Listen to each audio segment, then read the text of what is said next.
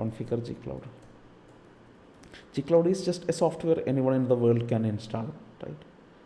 Now you have to configure gcloud by using gcloud init command. Basically, using the gcloud in browser, it is pretty easy and straightforward. You go to console.google.com, it will ask you for your Gmail ID and Gmail password. You enter your Gmail ID and Gmail password, you are logged into the cloud, and then you can click the buttons and do the stuff.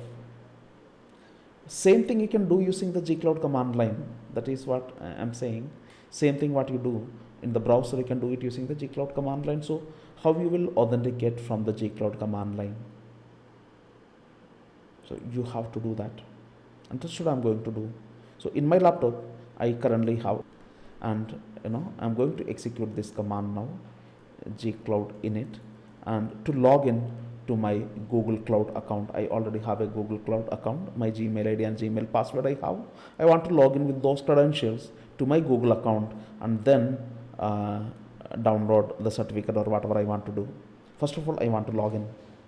So I'm going to run the command gcloud init on my laptop after installing the gcloud command line.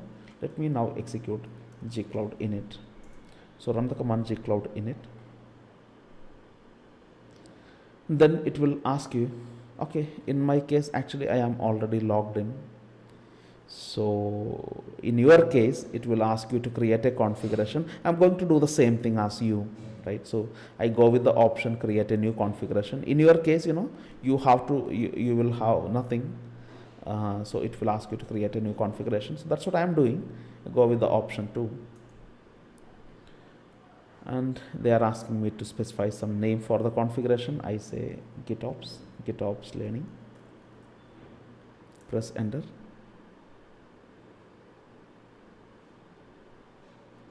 Then it will ask you, what is the account that you want to use this operation. So I want to use basil@dorvat.tech. This is my Gmail ID.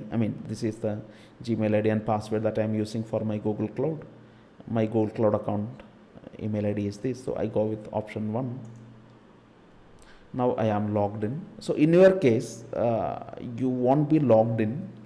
They will give you, they will open your browser. They will ask you to log in and copy a code here.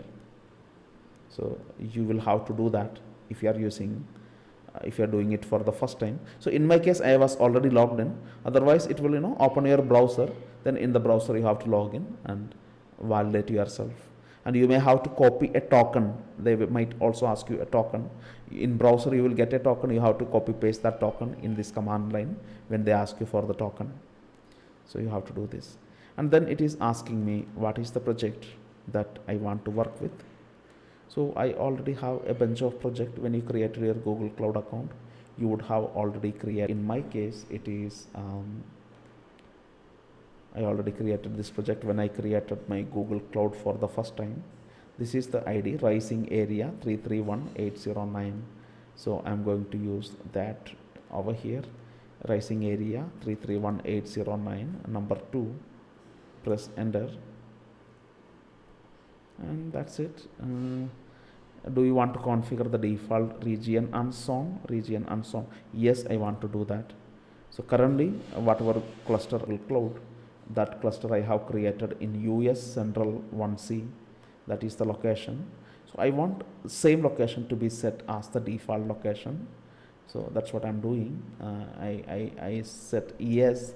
Then I'm going to mention I want to set US Central 1C, which is number 7.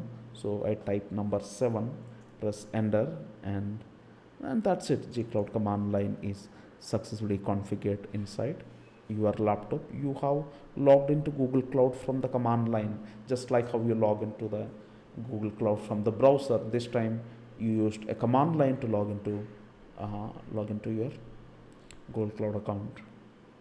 Awesome. And what is next? So why did we do this? Why did we configure the gcloud command line? So that we can download the kubeconfig file.